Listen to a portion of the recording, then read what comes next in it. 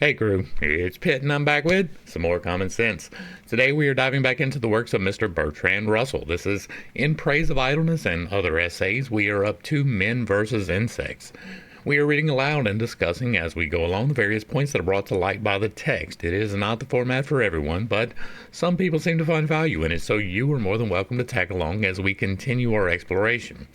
Before we begin, however, if you are unfamiliar with me, any of my unconventional beliefs, or if at any point in time I lose you in the terminology, there will be several playlists linked in the corner above, in the box down below, along with the original source material so that you can get a better understanding of who I am and why I say the things that I do. With that being said, let us dive in and continue our exploration of In Praise of Idleness with Men versus Insects. This is a short one today, so I don't know how much I'll have to add. Amid wars and rumors of wars, while disarmament proposals and non-aggression pacts threaten the human race with unprecedented disaster, another conflict, perhaps even more important, is receiving much less notice than it deserves. I mean the conflict between men and insects. All right, we're going to talk about this real quick. The disarmament proposals and non-aggression pacts, it is important to understand where Mr. Russell stood on these things, right? He is all for peace until he thinks that he can win, right? He was pro he wanted to strike Russia with nuclear armaments before they got them in order to eliminate the threat before they were any danger. So it's not an ideological stance to not go to war for him. It was just a convenience one.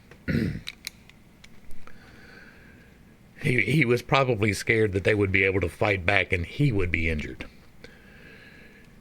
Back to the text. We are accustomed to being lords of creation. We no longer have occasion, like the cavemen, to fear lions and tigers, mammoths and wild boars. Except against each other, we feel ourselves safe.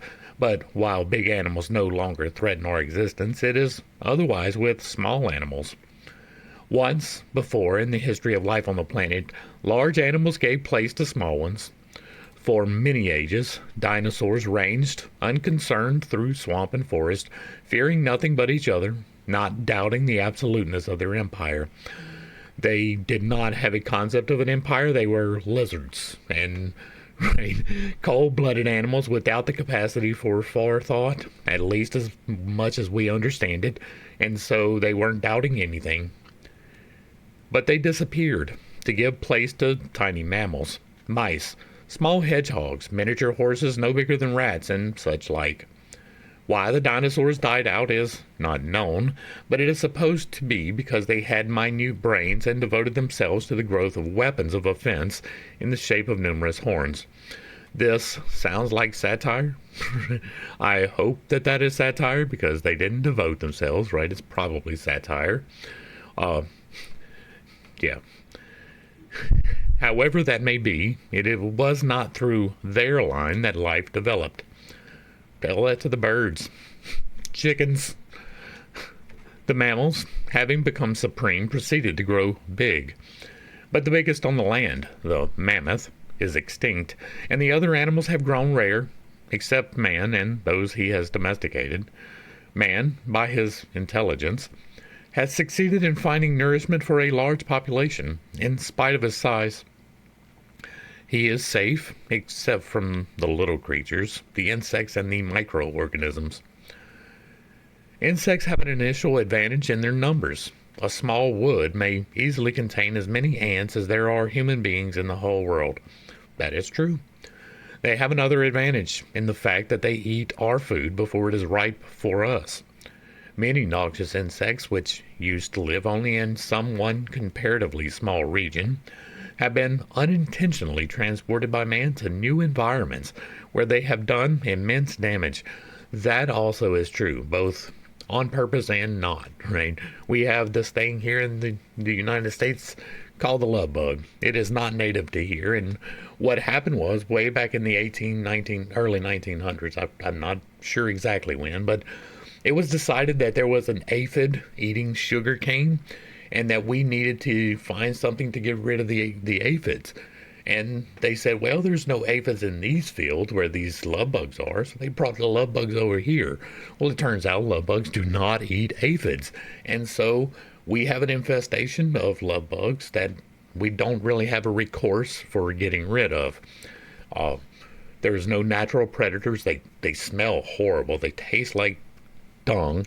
And so there's not really anything that eats them, so we have a proliferation of them. It's not as bad these days as it was when I was growing up because it's a lot less rural in places, and many of the environments in which they breed are gone. But that is one of the epidemics that we have absolutely created, right? Uh, it is a bane to paint anywheres in the South.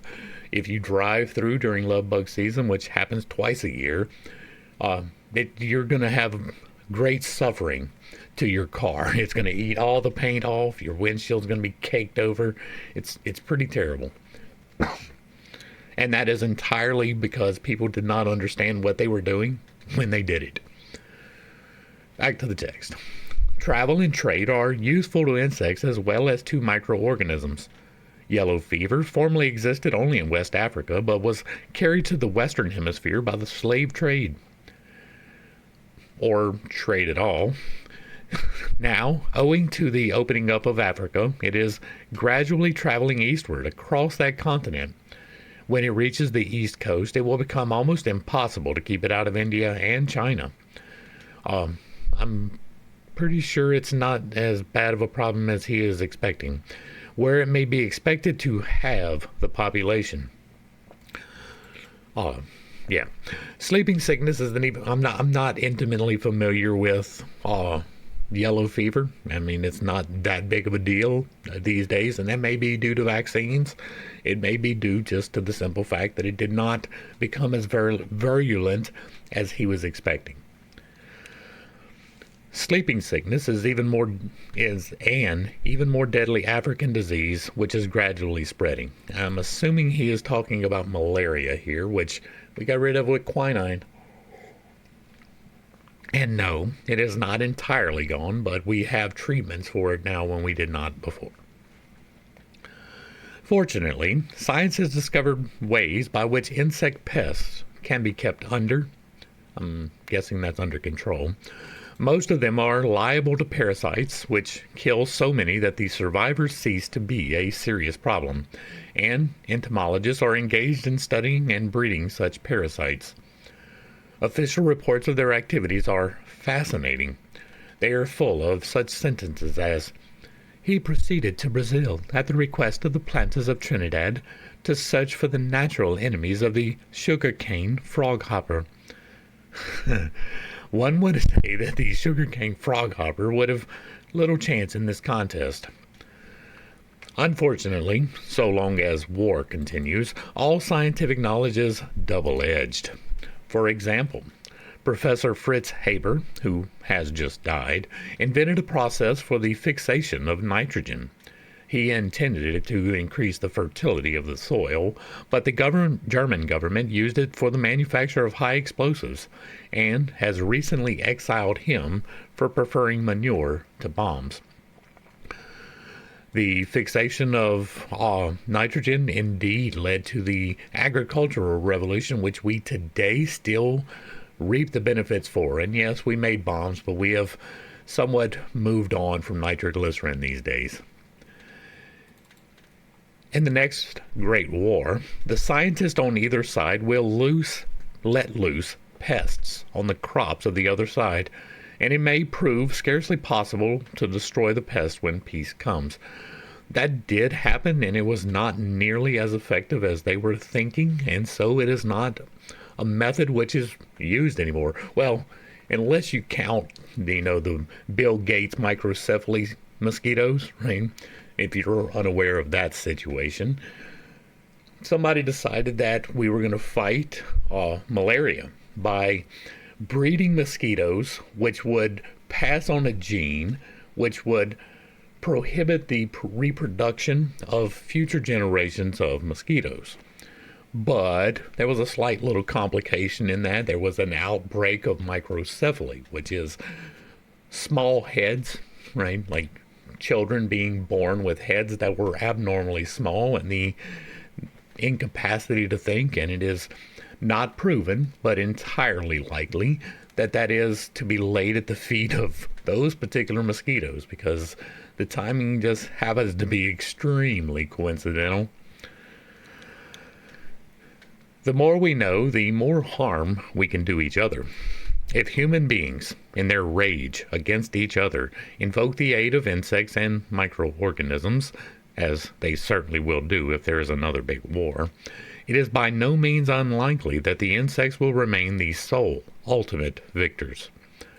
Perhaps, from a cosmic point of view, this is not to be regretted, but as a human species, as a human being, I cannot help heaving a sigh over my own species. And that is going to bring us to the end of this one. I told you it was going to be a short one. I was contemplating adding this one to the next one, but the next one's probably going to be a little bit longer, so we'll keep them separate. Hopefully I brought a little bit of enlightenment and not too much confusion to a not even too difficult subject, right? This was just a random speculation, which did not entirely bear out fruit, even though it does have some basis in fact. That's a problem with Mr. Russell, is the fact that he takes a fact and extrapolates it to its absolutely worst possible conclusion, and then assumes that that's going to happen because he is one of the absolutely worst human beings. And so through that process, we have something like this. Did we do this? Yeah, it was rapidly found to be rather ineffective, so we don't anymore. And maybe it's okay to bring up the possibility, the danger of, right? But once again, it just reveals a lack of critical thinking.